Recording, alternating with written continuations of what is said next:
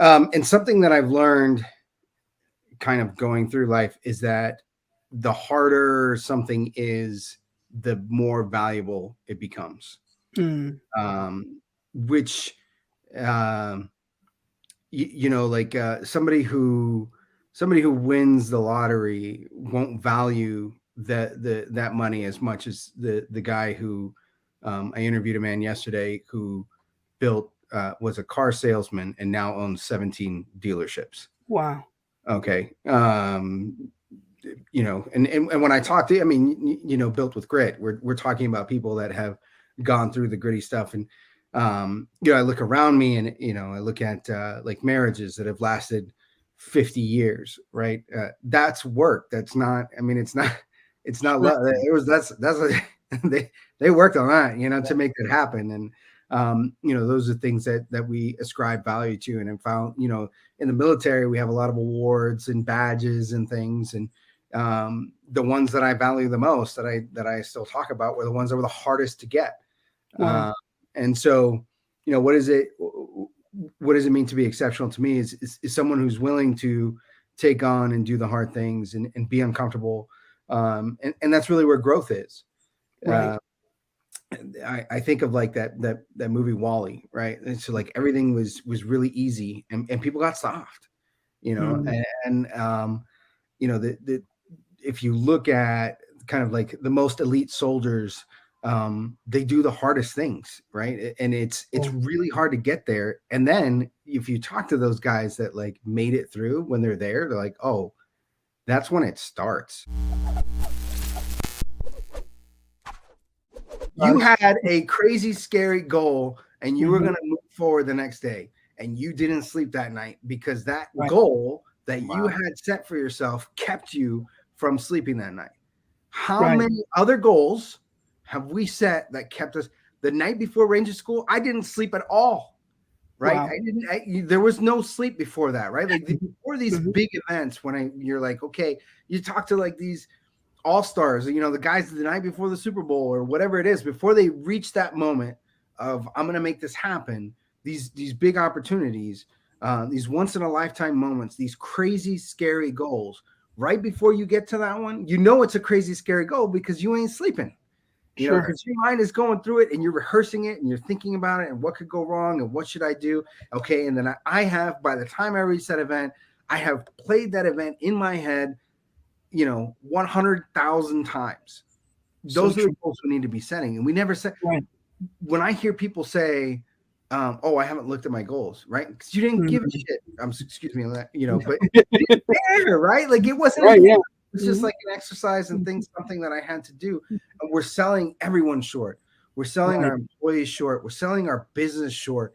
We're not letting people achieve the excellence that they can achieve because we're forcing them into these, oh, just do something that you can accomplish. No, let's set the thing that feels impossible. This is what Elon Musk does, right? He sets those goals that seem impossible and he misses them, but he got way far when he missed it, right?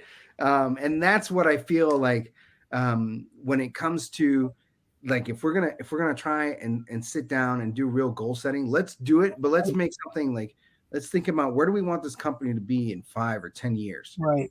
What does that look like? Right. And then let's figure out how we get there, step by step. But setting that goal that's going to keep us awake.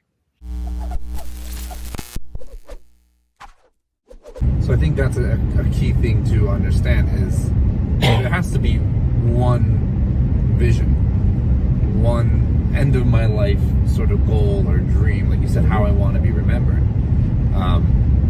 How you get there, that's where it becomes tricky. Yeah, there's multiple ways, and you have to be willing. Again, I think you have to be willing to shift and pivot. Like you always have to keep your eye on the prize. You always have to know where you're heading, and it's going to take time to figure that out. It's going to take time to get there. Sure. And that's where kind of the cyclical, or like people show this a map of how you have the life of your line, or the line of your life, but then it branches out.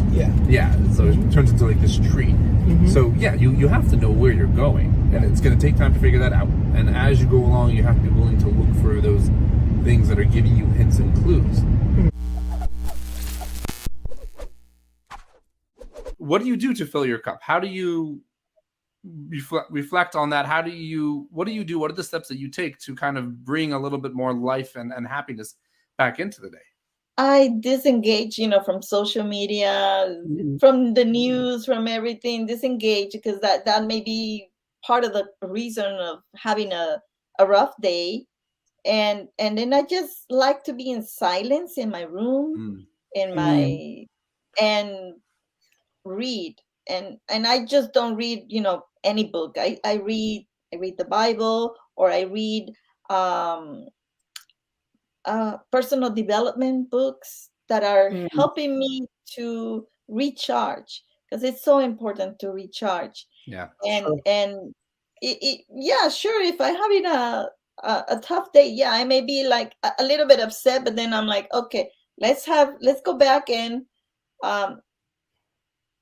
I go to the Bible, I go to those personal development books, and that recharge me, that help me lift up and see things in a more positive way. Another thing that's helping, or the way you mentioned that I took the word exceptional, I got it, I took it, I made it my own, is because I'm part of groups where we believe in ourselves, where they empower me and I empower them, so that makes me believe more in myself than previous years. Wow. So it's so important to hang out with the right people, with quality people who are also on the same page, learning new things, and they're helping you with your mindset.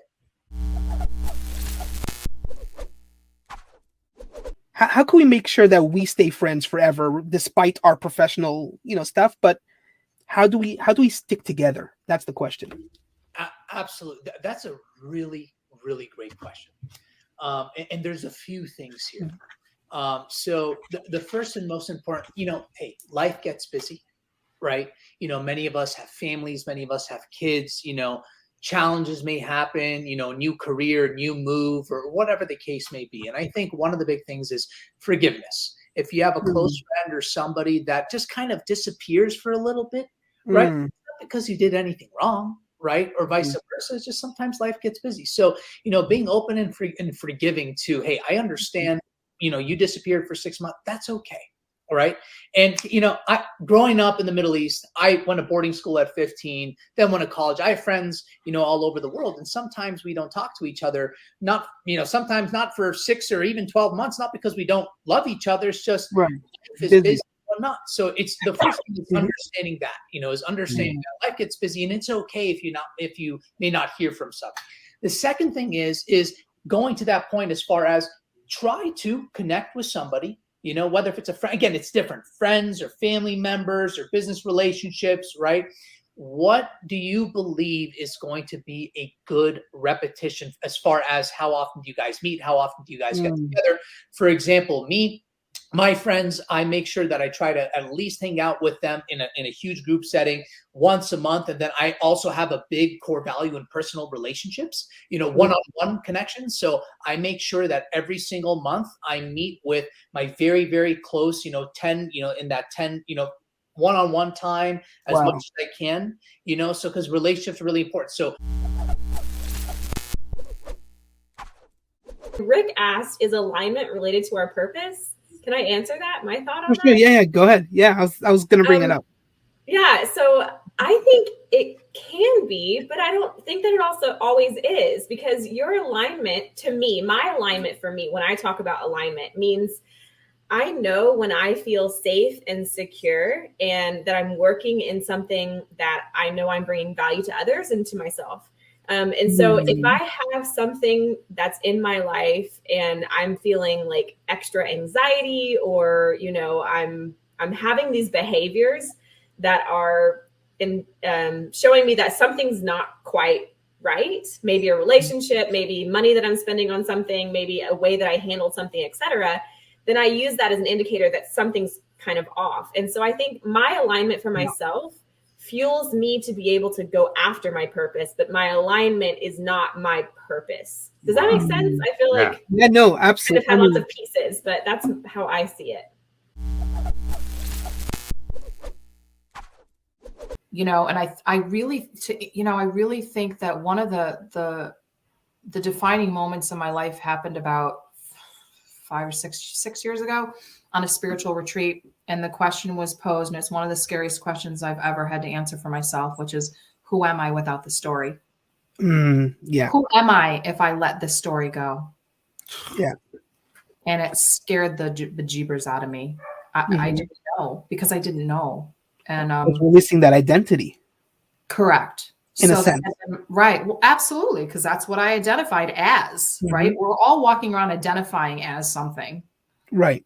And that's why, if we can stop identifying as these titles and these labels and these imprints and the conditioning and the stamps, and start peeling away those layers, getting curious and shedding all the conditioning, and then we can get back in touch with the truth of who and what we are, and that inner knowing that that's always speaking to us, that wants us to hear and listen to it, because that's our higher self, right? Right. Right. And I believe my higher self, I believe our higher self communicates to us through our emotions. Our emotions are like that warning signal that comes on in the car, letting you know, like, something's wrong. Right. And so it's what shows me, my higher self is telling me I'm in alignment or out of alignment. Right. Or, when I'm not feeling good or something doesn't feel right. Like, those are all those emotions, and the inner knowing piece that's probably, I guess that's a long way to answer your question. I had to talk it out loud. And it organizes things. So you know who to go to. They serve their purpose. As long as you keep them in the rightful place, they serve their purpose. But when ego gets involved, like I saw the conversations, and that made me laugh, because I remember years ago, I was taking on a new position, and they gave me a list, and they said, you can pick one of these titles for yourself, or you can make one up. And I was like, oh, my ego loved that. I was like, oh, and I was like feeling in each one. And I'm like, no, that one's not big enough. That one's not important enough sounding, That's right. And I ended up landing on communications director. Oh, wow. Yeah. So, I get that, it's a role, but see, that's a role. Right. It's a role that we're putting on for a short time. It's not who we are. And, the whole I am thing, like, we hear this all the time in the world of manifestation and being powerful creators, like, I am whatever you put after it. But how about if everybody just stopped putting stuff after, like you brought up, I am that I am. Like, I am are the two most powerful words, like, on their own. Yeah. Sure. That's who we are. I am. Labels are essentially a limitation. I was labeled multiple times going through my own school history. One of the biggest ones that sticks out of my memory was in 5th grade. I was living in St. Louis at the time, and actually even before that, in 1st grade, but I had a hard time learning. I could not sit still. And a big part of it was just because the way the teacher was teaching did not speak to me. Sure. And so, this year I learned a lot about different reasons behind a child's behavior. And one of the things we learned about escapism, that sometimes a child is trying to escape a certain scenario. So they'll act in certain ways. So when a child is behaving bad, it's not because they're bad. It's because they're trying to they're looking for a certain function of a behavior. Sure. And sometimes that's escapism. So for me, looking back now, seeing that it was escapism. I needed to get out. I just started to be in the habit of whatever I was afraid of, I was going to face, because it wasn't that I wasn't afraid. I was really afraid, but courage is not the absence of fear. Courage is the right action in spite of being afraid. Wow. And so I developed courage, and it came in handy quite a few times, actually. I was given a car. In my first marriage, I was given a car as a wedding present by my in-laws. And within a couple of weeks, it was trashed. It was just, you know. And years later, I bought a car with some money my grandmother had saved for me, and I earned myself. And an accident happened where somebody threw a cigarette out the window, came back in, landed in the backseat, burned a big hole in the backseat. Whoa. And I put the car in a garage. I couldn't even look at it. I was so heartbroken about it. I finally went to a junkyard, found a seat that was an exact match, fixed it, wound up driving it, sold it for more than I paid for it. Wow. And I use that as an example of that first car, things that came into my sphere of influence back before I had this spiritual experience that I talked about earlier, were worse off for having come within my sphere of influence. And now later, years later, I saw the car as a kind of a analogy that things that came into my life now, things and people, were better having been in my sphere of influence. And I wanted that to be the legacy of my life. Wow. I read a book, The 7 Habits of Highly Effective People. Have you guys in the 7 Habits, one of the first exercises he does is to write a mission statement, for a personal mission statement. And I wrote a personal mission statement about 39, 40 years ago. Wow. And I've lived my life based on that personal mission statement. Wow. And that mission statement has also lent meaning and purpose to my life, and has made, I've been married 4 times. I've been divorced 3. I've been bankrupt. I've been broke. I was living in Hawaii. I had a nickel and a penny in my pocket and no prospects. And but it's been a great adventure. And I wouldn't change any of it, because it's all made me who I am today, and I'm okay with that. I mean, if you don't have anything that you could live by, you get to end up loose everywhere. You have no direction. If you set something in stone and you believe in it and you live by that, I believe you're gonna do well in life. You need to have a belief system. You need to have a faith. Even those people that disappoint you, even the people that you believed in, the people that you put trust in, and they disappointed you, it doesn't mean that the next person is going to be the same. Right. I have came across people that they're so, when I come across and I see how they treat people that they supposedly trust, they supposedly have faith in, but the way they doing it's like having a 24-hour KGB agent in his right pocket, because the last guy did this to me and this that to me and this is this. It doesn't necessarily mean that the next guy is the same thing as the last guy. If you truly, that person inside that you believe in, if you have that faith inside that you believe like that, you're always going to treat the next person the same way you treated the first person. That person who doesn't have that type of a faith in people is because he just did it because that first guy earned his trust by 20 years of working backwards and doing everything. After 20 years, he put his trust into him. And then on the 21st year, he screwed him over. And that's it. He doesn't have faith anymore in people. Those people intend to have no trust in anybody. And I would not like to be his friend. I want to stay away from people like that. But if you trust in people and you believe in and they disappointed you, it doesn't matter. The next person doesn't mean it will do the same. You always got to have faith.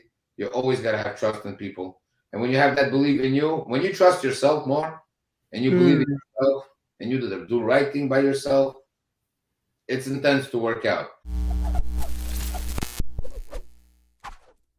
And Jan is that perfect example. He's really that highlight example of this. Doesn't matter what business Jan is in, he follows his core values. That's something we've established in the beginning. He believes in his people. He has faith in his people. He builds a trust between him and his people and the people back at him.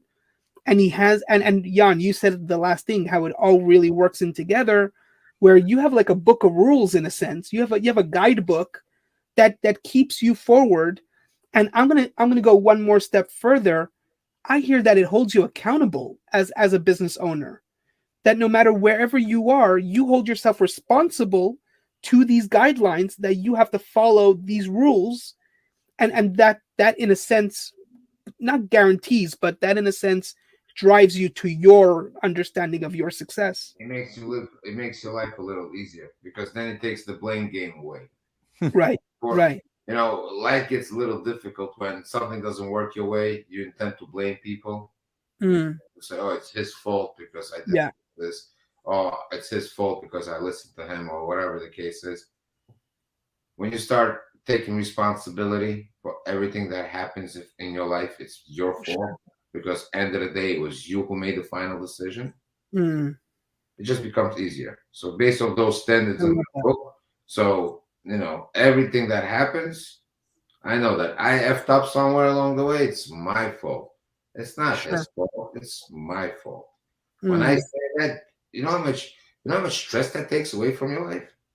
You know, that alone is worth $1 million. Because when you try to blame somebody, oh, forget about it. It just takes you to the never next ends. Yeah. So there's really two probabilities. There's the probability that it'll do what I want it to do, and there's this other probability that it'll not do what I want it to do, that it'll disappoint me. Right? Mm-hmm. That's inanimate objects that don't have free will only have those two. So when I'm trying to make that phone better, making that phone better is about reducing the probability that it'll disappoint me. Lowering that probability, that error term. That's what I do. That's managing the phone. Humans have another probability. They have also the probability to do something that you never expected them to do, that you didn't ask them to do, that was wonderful. An inanimate object lacking free will can never do that. It can only do what it was designed to do. Right. That's it. I mean, you might discover a feature in it that you didn't know about, but that's not it spontaneously surprising you.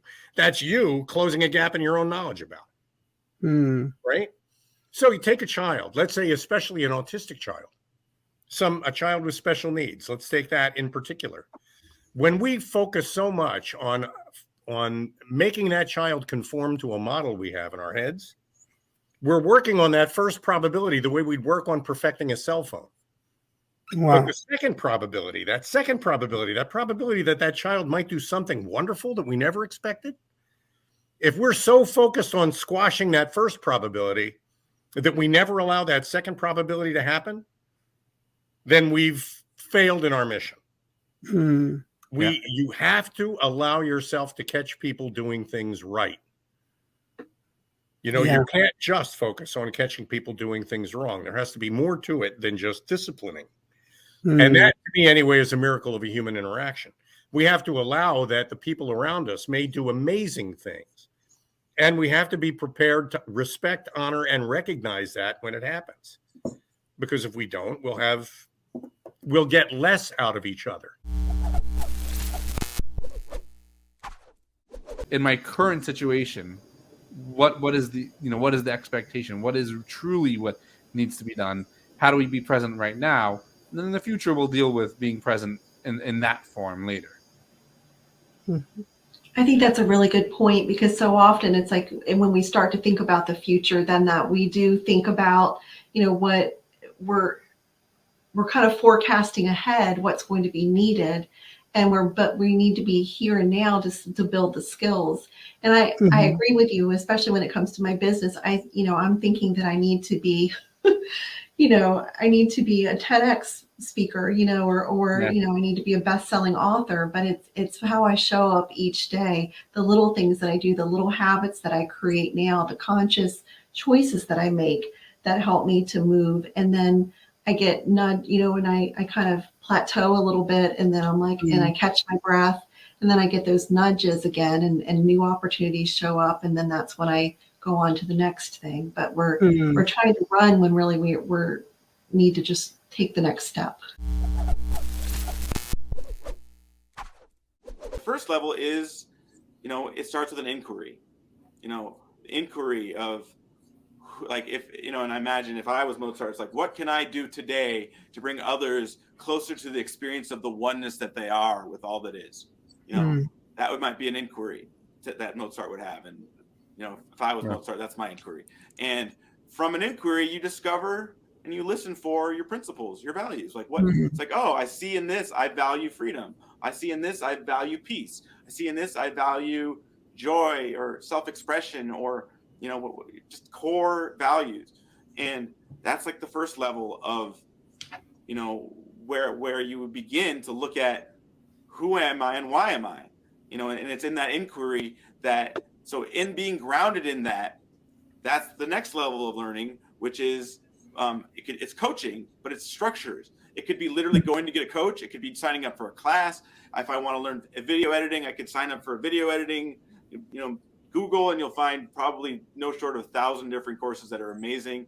Sure. Exactly what you need to know. But but in essence, whether it's an exterior or external coach or an internal coach of just a structure, it could be a workout plan. It could be a diet plan that is but it's grounded in your why and your who. That's where you can get so the second level is coaching, which is a structure. And then from there is the third level, which is the surface, which I was talking about. It's a practice. It is a habit and a routine. And then that's when you're sitting at 3 times a week, I'm going to be playing the piano and writing a song. Rain or shine, I'm writing a song, good or bad. Rain or shine, I am, writing that movie script, or whatever. And so like that's something that I see, and I'm distinguishing for myself, is we're so quick to jump to the habits. And how do I do that? That we don't foundation the how from the who, the why, the what. And then we can actually do the how is the easy part once we've done all the other work. Like when we're actually living in the inquiry every day of who do I have to be to plant these seeds of joy today? When two people meet, the one thing that they have to be talking is how to benefit a third and a fourth. Yep. And that's what all these videos were about. That's what this was about. We could have, Baruch and I, we could have just had a great weekend by ourselves, no videos, no nothing. You guys would not have been able to see anything. We could have done that. And Baruch probably would he is going to be building a very successful business. I'm on my way of doing that as well. But you guys would be missing out. And so Baruch and I came up with an idea together to collaborate in this and to put together this video for you guys as value. I'm just incredibly grateful for everything that's happened this weekend. I've learned a lot. I've grown a lot. Being able to spend time with the two of you has been immensely valuable. And I know that we're going to, I'm coming back with a lot that I'm going to be able to pay forward to everybody else. Closing remarks, everybody knows the word fear, and it stands for one of two things: either forget everything and run, or face everything and rise. Wow. The question is, which one do you want to do? So we're here to help, we're here to support, we're here to add value, we're here to help you be irresistible and exceptional, or irresistibly exceptional, or exceptionally irresistible, whichever one you want to do. Yeah.